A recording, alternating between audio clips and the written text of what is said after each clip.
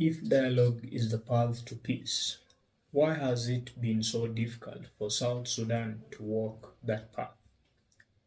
If this is a question that has been ringing in your mind, then today you're in the right place, at the right time, uh, in the right moment, and for the right purpose. This is Bridge Talks, and today we unpack the real power and the real limits of dialogue in conflict prevention. With you here is Timothy, the host of this episode for Bridge Talks, and we are joined by one of the very important people, that is a professor from University of Juba, who I will be inviting to get a little bit of introduction of themselves because the bio of this very important guest is a little bit much for me. If I introduce them by myself, I might actually bite my tongue. So, Prof, you're welcome, and let us know a little bit about you, and also tell us why it's important for the audience to listen to this video. Thank you very much. You're welcome. Thank you. My name is Prof. Dr. Abram Kwalinyon. I'm a professor of political science at the University of Juba and a political analyst and almost economic analyst, and almost do a lot of political analysis and teach things to do with issues of political science, things to do with security, things to do with political economy, and things that deal with how states are formed and how states work. And in fact, I wrote one of the article recently, which was about what I call the militarizations of politics and politicizations of the military, especially in the context of fragile state like South Sudan. So it is a great pleasure for me to be here because we are going to talk about issues that are very important and issues that affect us on a daily basis. Thank you. Thank you very much, Prof. That is really a very wonderful introduction. And, you have mentioned a lot of things, and this is what I didn't want to mention because in the process I would have bitten my tongue. So at least the audience is well aware of who is with them today. And we are very happy to have you at Bridge Talks. So just to proceed to our discussion, whenever we are making any discussion, it's good to first have a background of the discussion. So to start with, we want to have a general understanding of dialogue. Mostly people may understand dialogue as maybe people talking to each other like the way we are talking now. But when it comes to the context of peace building and conflict prevention, it might have totally a different understanding. So can you make us understand that based on your view? Well, dialogue in the context of conflict prevention is when the parties to the conflict sit together and talk among themselves without the use of third party, which means there is some level of trust within the conflicting parties. And that aspect of small trust where people believe they can solve a problem by themselves without involvement of an outsider or without involvement of somebody who is not part of the conflict, then this is when we talk of dialogue, because mostly dialogue is more deeper than the negotiation, because negotiation is the biggest process, but dialogue now it bring the conflicting parties to an environment of trying to look at themselves as a family, an environment of knowing that conflict is part and parcel of human life, and because of that, it is not also bad for them to be able to sit down and discuss issues without aggression. And this is where dialogue becomes a very great tool in conflict prevention. Thank you very much, Professor. This is really very great because, I'm coming to get to know now that there is a difference between dialogue and negotiation. So I think this is something I didn't have any idea, because when people are having dialogue, I feel like they're already negotiating on something. So can you tell us what exactly makes the difference between these two, negotiation and dialogue? Well, negotiation is when people are trying to discuss based on interest, and people are trying to put their interests on the table. And now each group is only measuring on how they can win other group to accept their interest from their side. But with dialogue, there is an aspect of interest, but the major issue here is that the parties are willing to compromise. So with dialogue, compromising is very easy. But with negotiation, it is a hard talk. Okay, it is hard talk in the sense that I want to win over this issue that we are arguing. But with dialogue, it is not about winning anything over. It is about trying to say it here. Yes, we were having conflict. Yes, we were having problem. But at this specific point, what is very important is to create a harmonized ground, to create a positions that by the end of the day, it has to be win-win solution. Sure, that's a nice differentiation there. So just to proceed with the next questions is there is something that we need to have clear about dialogue. So, you know, mostly when there is a misunderstandings, let's say among political figures, people say, let them talk. So this is mostly the common understanding of dialogue. But can you let us know whether it's possible for dialogue to fail? And if that is possible, and then what could be the preconditions for a successful dialogue? Well, it is in fact mostly possible for a dialogue to fail, because one thing is that mostly in a conflict situation, dialogue is always a very difficult thing that most parties could be able to use. And that's why you see it is not a tool that is always used in conflict prevention in most cases. Why? Because you don't dialogue when you don't trust each other. And that is why the precondition is what we call maybe shuttle diplomacy, whereby parties could be able to be met over from by maybe a third party, where you can go and talk with other group, then come back and talk with other groups, so that now when these people come together later on, now the aspect of aggression will be reduced, because you cannot talk about dialogue when there's grievance. You cannot talk about dialogue when there's too much hatred. You cannot talk about dialogue when there is no common ground of trust. So those are the preconditions that need to be put in place first. That this group, yes, will agree we are in conflict, but the fact remains that conflict that we have, we are ready to resolve it. And for us to resolve it, we don't need other people to interfere. We can accept ourselves the way we are, and we can sit down and try to work the solution by ourselves. And that's why in most cases, that one at the very advanced level in the conflict, that is what now we call it negotiation now, because you know negotiation is an advanced level of dialogue, okay, where parties could be able to exchange views in terms of even writing positions, and then they exchange with other group. The other group look at it, and then now they harmonize, come and said, okay, this is your position, this is our position. Let's try to see how do we change out of all these things and compromise, so that by the end of the day, we should accept each other. And that is, in fact, what work a lot is a strategy, what we call collaboration, okay? And collaboration become a very big aspect of the dialogue, because if the two groups are not collaborating, then dialogue will never be able to work, it will fail. The other thing is that aspect of competition, because you know we have different strategies for what we call preventing conflict, which deal with negotiation. Okay, so compromise is also one of the very big things that the parties should be able to know. Then we had concept of accommodation, because they should be able to accommodate each other and accommodate each other's views.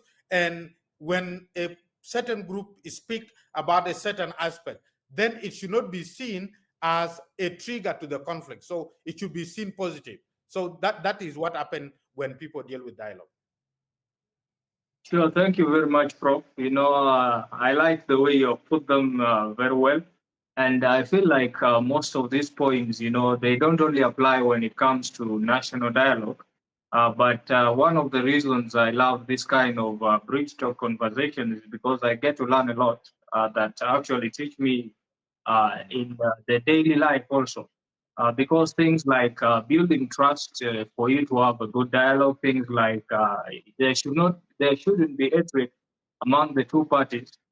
for dialogue to succeed, and collaboration among the two, and then compromising, of course. These are really very important things, and you have really put them very well. So this takes us now to understanding South Sudan specifically. So when we look at South Sudan, I think starting from 2013 till date, they have been having a good number of dialogues. Let's say starting from 2015, revitalized the 2015 agreement on conflict resolution in South Sudan. And there was also the 2018 revitalized peace agreement. So, and also different ceasefire dialogue made, yet peace has still been very difficult to maintain in South Sudan. So could you maybe tell us, based on your opinion, what could be the main problem with the dialogue being very challenging, despite all those dialogues that have been held among different parties? Well, one thing I would like to say is that there had never been dialogue in South Sudan. We had been having mediation and negotiation, which result to the two agreement. Although we had a document called the National Dialogue, where different South Sudanese were able to express their views. We came out with a number of resolutions within the country, but the only thing is that that document that came as a result of a dialogue is shelved. It is no longer active and is not being utilized. Now, the only way that there had been an aspect of dialogue is when the current revitalized agreement was extended, mostly for the second time. This is when there was a consensus among the political parties who were signatories to the peace agreement that we have agreed without, instead of going to war, instead of doing more things, we agree that we are going to agree on how to extend this peace agreement so that we will be able to comply and complete some of the milestones that might have not been completed within the peace agreement. So it is also very difficult to handle dialogue, especially in a fragile state like South Sudan, because most political parties and political leaders, they always have their vested interest. And the interest here is that if I'm not the one who is in position, then I cannot be able to talk. So this is complicating the situation. But you could be able to understand that if you could be able to look at it mostly from the time the current peace agreement was signed in 2018, there were two issues that brought a very big deadlock within the negotiation in Addis Ababa. That was the issue of 32 states and the issue of the security arrangement. And from that time, now it was taken to the two principals, who is the current first vice president and President Kiir. And President Kiir has to compromise by saying, look here, I am a leader and we have to compromise, so I will reverse the 32 state. And Dr. Riek said, okay, if you reverse the 32 state, I will come to Juba without security arrangement, and the government would be able to take over my security. That was the power of the dialogue, and that is what I could see. That was negotiated and agreed by the two principles, and it became a win-win solution by that time. Thank you very much. So one thing that we just want to be made clear is about the national dialogue. Who are the mediators of national dialogue, and who exactly organized it? And now it's not being put into practice. So what exactly went wrong where? National dialogue was not mediated by anybody.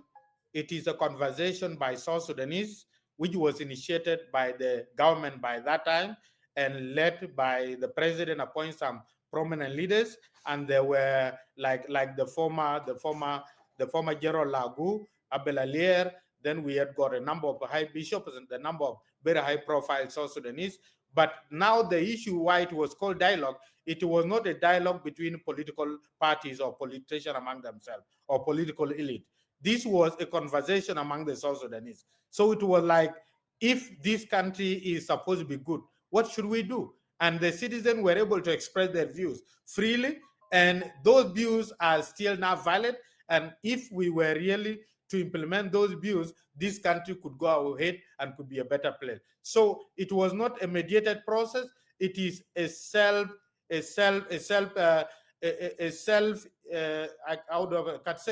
was something that was initiated, self-initiated by the government and accepted by the people of South Sudan, that it has to the people, the leaders should know what are the views of the people. The people express their views, but now it is becoming very difficult for the leaders to implement those views. Why? Because some of those views are very hard on political elites, and they don't want to accept anything that will remove them from power. Wow, that was really very beautiful. I think that was a really nice move by the government. Although, you know, when something is done like that, but the action has not been done, it's again another issue. So another thing that I would like to know is that you said earlier that South Sudan has never had any dialogue. Apart from the national dialogue, which you might not be considered that much, could we say that if South Sudan is to have a dialogue more than the negotiations that they usually have, do you think it's better for it to have any dialogue? Well, the problem is that it is not possible at the current situation we are in, at the current condition, for South Sudanese to conduct dialogue. Why? Because there is too much enmity, there is too much polarizations of the communities, and there is also lack of trust among different tribes, and there's lack of trust even among the political leaders. So for a dialogue to work, it needs the leaders to believe in the people, and this is where the concept of social contract comes in, because if the leaders believe that leaders that belong to the people, and they are leaders because of the people, then now the concept of dialogue could come in, because remember, leaders influence the society, and society also influence the people. But in this case, in South Sudan, it is very difficult to have a dialogue because the political elites who are leading the country are always different from what they think how the country should be led. They only believe country is only meant to be led when they are only the leaders. But it is not meant that they are leading for the people. And that is why, because they came through conflict, some of them came through appointment, through political appointment. So they don't pay allegiance to the society. And when leaders don't pay allegiance to the community society, it makes it very difficult for such a society to have dialogue.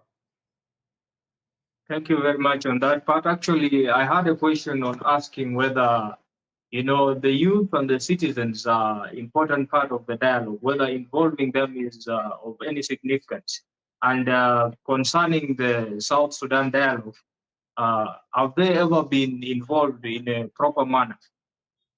Well, youth are the majority in the country, but their voice seem to be very, very limited. And the fact remains that I think the youth of South Sudan are not aware about them being a key stakeholders within the affairs of this country. So, and if you have a youth or a society where young people are not enlightened, and they don't understand how this country or how their country is supposed to add value to them, then it makes the youth to be a very big part of the dialogue that could come. But because they are not aware that they are key partakers and they could be able to initiate issues that will bring revolution, that will even bring stability to this country, then it will become very difficult for youth to be able to get involved. Yeah, sure, that can be true. But can you enlighten us more on how the youth can actually get involved more on this, and how could they get to do more about things to do with the political arena of political staffs of the country? How could they get more involved in it? Yeah, youth should be able to get involved by trying to get involved on the issue to do with civic education. Okay, like civic education, create awareness on different issues within the country, and this kind of civic engagement and civic education could even influence the leaders of how they make their decision. But now that thing should also be using what we call non-violence means, and these things could be done by trying to use to be able to have different approach, like even thing to do with if there are different youth group that could have even the press conference that could be able to express their views openly about things that are affecting them, and that make the youth in fact to be active, or youth even getting involved by making sure that they get into active things, like for example active things that make them positive, being entrepreneurs, being innovative by trying to do things that will make a difference within the country.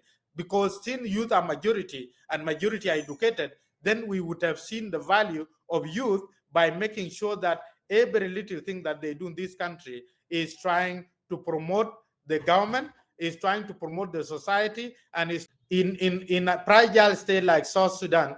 Youth are always becoming a victim of the conflict that is going on. They are manipulated by political elites, but instead of them to tell them we had a future, and this future have to be protected. And this is where I talk always when elders, some of us, when we tell the youth that you are a leader of tomorrow, then there's nothing called the leader of tomorrow. They should be leaders of today, because in their own capacity, if they are doing the little that they are doing, that is an aspect of leadership. So, and if they are waiting and just sitting idle, believing that they are going to wait for tomorrow, then that tomorrow will never come. Yes, thank you very much, Prof. But there is one thing also we would like to make clear there, is that when you look at most of the youth, we might come to realize that they might not be getting involved in most of these political things, and they aren't airing out their voice. One of the reasons probably could be the kind of fear that has been instilled in the people of South Sudan. So, do you think that it would be worth it to actually come out and speak out when those who actually did that are going through a lot, maybe probably by what is happening to them, or they have to stay away from the country? So, I think these are some of the things that the youth might be trying to stay away from. Well, it may not be a good idea if youth become very radical to the government, and because when they become radical, they will get the consequence, because that will be a violation of the system. But there are different ways that the youth could be able to do, even for them to become for them to join some of these political parties, because anybody who is 18 years and above is ready to join politics, and that they could be able to go through some mentorship and as some of the leaders, and as they continue doing this, then their voice will be able to be heard. And most of them, as time goes, as when we speak now, is that the youth age is not well defined in South Sudan. And this is also what makes it a problem, because we had a written constitution that said for anybody to be youth, it has to be between 18 up to 45 years. And 45 years is a long, you are almost a middle age. And how can somebody who is a middle age be still at the youth bracket? That aspect of undefined constitutions is also creating a problem and a very negative mentality to the young people, that they are still young. Yes, thank you very much, Prof. And I think we have had a good conversation on that side. Just to proceed with the rest of the conversation, I want us to know, if you were at the table to design a peace roadmap for South Sudan today, what would be the process that you are going to follow? Maybe who would you involve in the process, and how would you do the whole process to make sure that there is trust that is built among the parties that need the peace, and the whole process to bring up peace in South Sudan? How would you do that? Well, this is a very difficult question, and I think it is also something that is like almost impossible. Why? Because developing a roadmap for political transition in South Sudan is something that is almost impossible. The reason here is that most of our leaders that are in the power as we speak now don't believe in the power of giving power or trusting one another. So in this case, because our leadership structures are based on apportioning position based on the political interest, and these people believe they negotiate themselves into the power, and they don't want also to give other people who are not part of that system. And as a result of this, the only way that thing could be able to work is when we believe, if our political elites agree together and believe that they are patriotic, and patriotism is believing that even if I'm not a leader in this country, as long as somebody is going to bring a change, somebody is going to make the society to look better, then I have no problem. Then I could be able to give in and give chance to other brothers or sisters. But that is why now you could see now, even within the current setup, people have signed the peace agreement. Yes, leaders have different position based on a positioning position by the proportion given to them by the peace agreement. and how the power was divided. And as a result of this now, it is difficult to change the status quo, because changing the status quo means removing people. And that is why this peace agreement, for us to exit out of it, it only needs something that will remove us out of this. And that is when we are talking of election. So election comes, then this is where we could be able to exit out of what the cocoon where we are tied in by the peace agreement, which is based on the people who negotiate themselves into power. You have enlightened us on that point very well. And I think one thing we would also like to know more about is something to do with the current peace agreement, the revitalized peace agreement. I think they have been releasing a lot of press about it. And I don't know, could you enlighten us? What is the current position of that agreement, and what does the future look like? Well, the current peace agreement, has been seen as if it is moving at a total speed. It is very slow in the implementation. But of recently, I think the presidency said, and they agree that in fact there will be no more extension come 2026. An election must be done in 2026, come rain, come sunshine.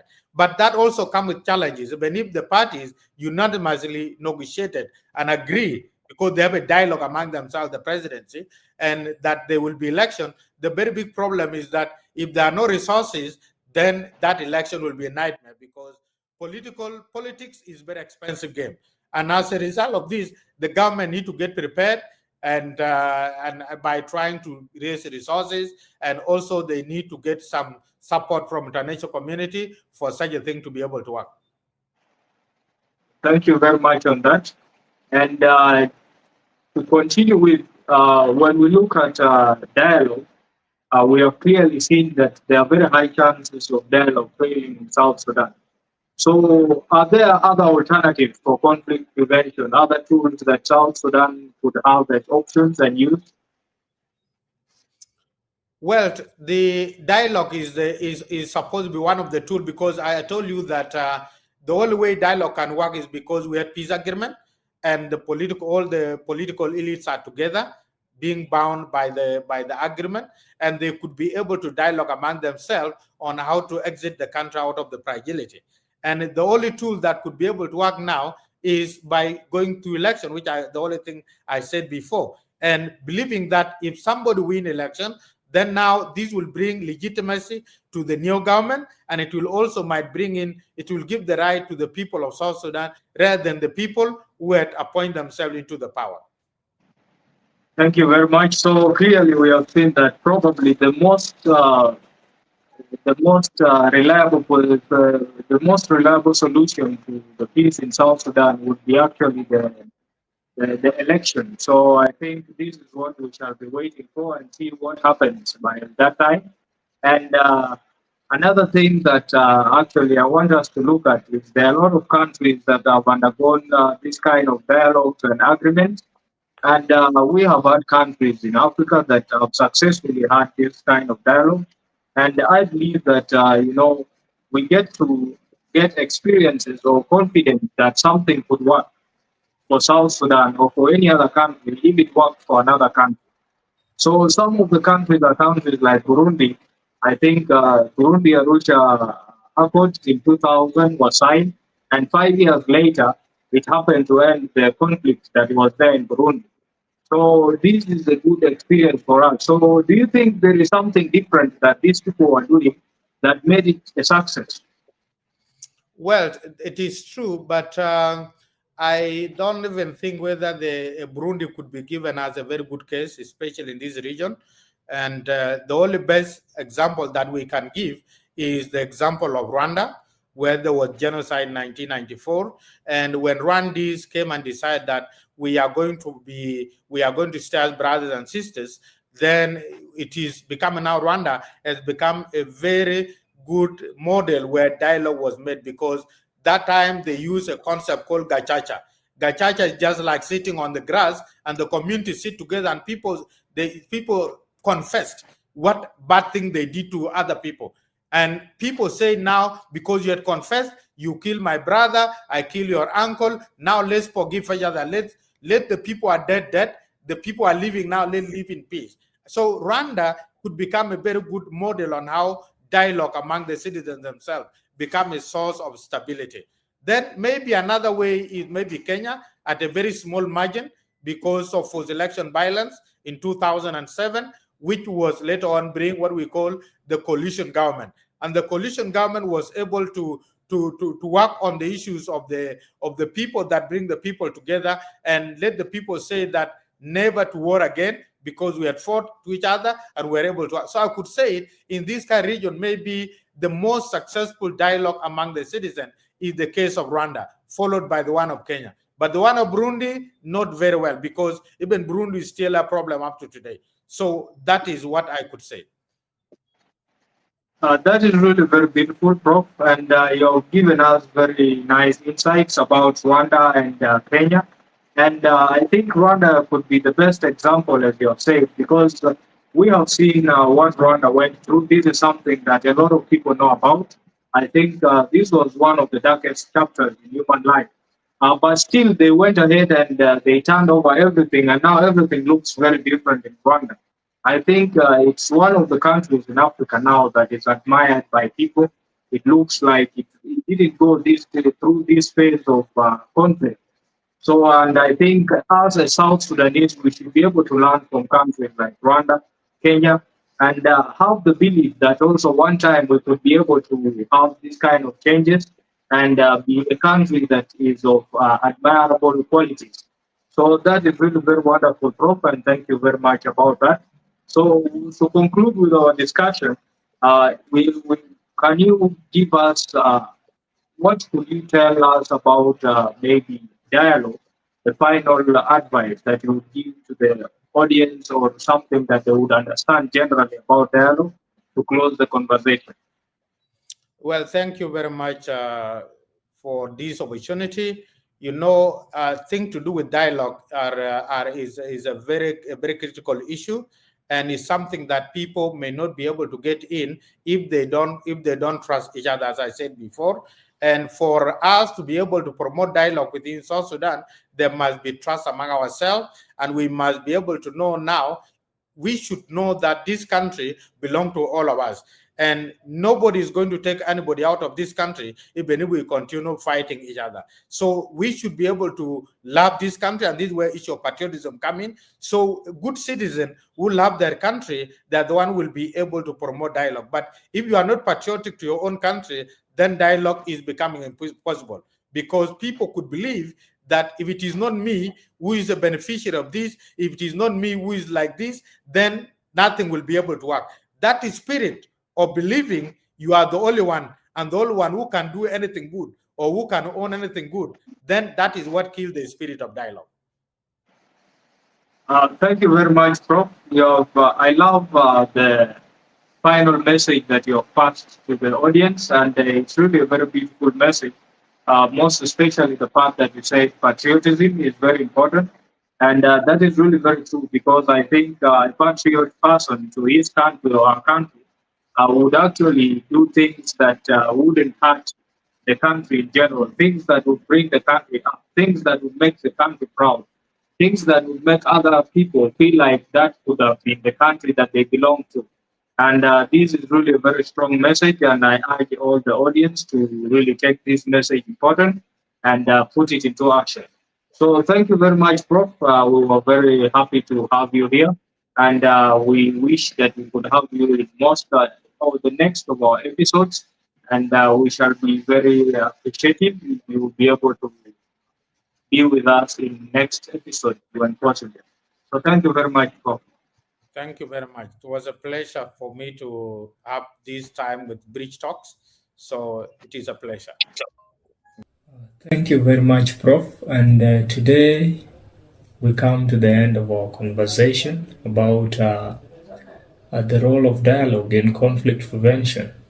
And today's conversation reminds us that dialogue is not just about talking. It is about listening, inclusion, and courage. Peace does not come from silence or force, but from honest conversations that bring even the most divided voices to the same table. When we choose to listen, we choose peace. And thank you very much for listening to this episode. And if you like what we are doing, please help us share in all our social medias, like them, and make your comment. Make your comment. Tell us what is good, what is best, what can we add, or give us any questions in the comment section. So thank you very much, and let's meet in the next episode.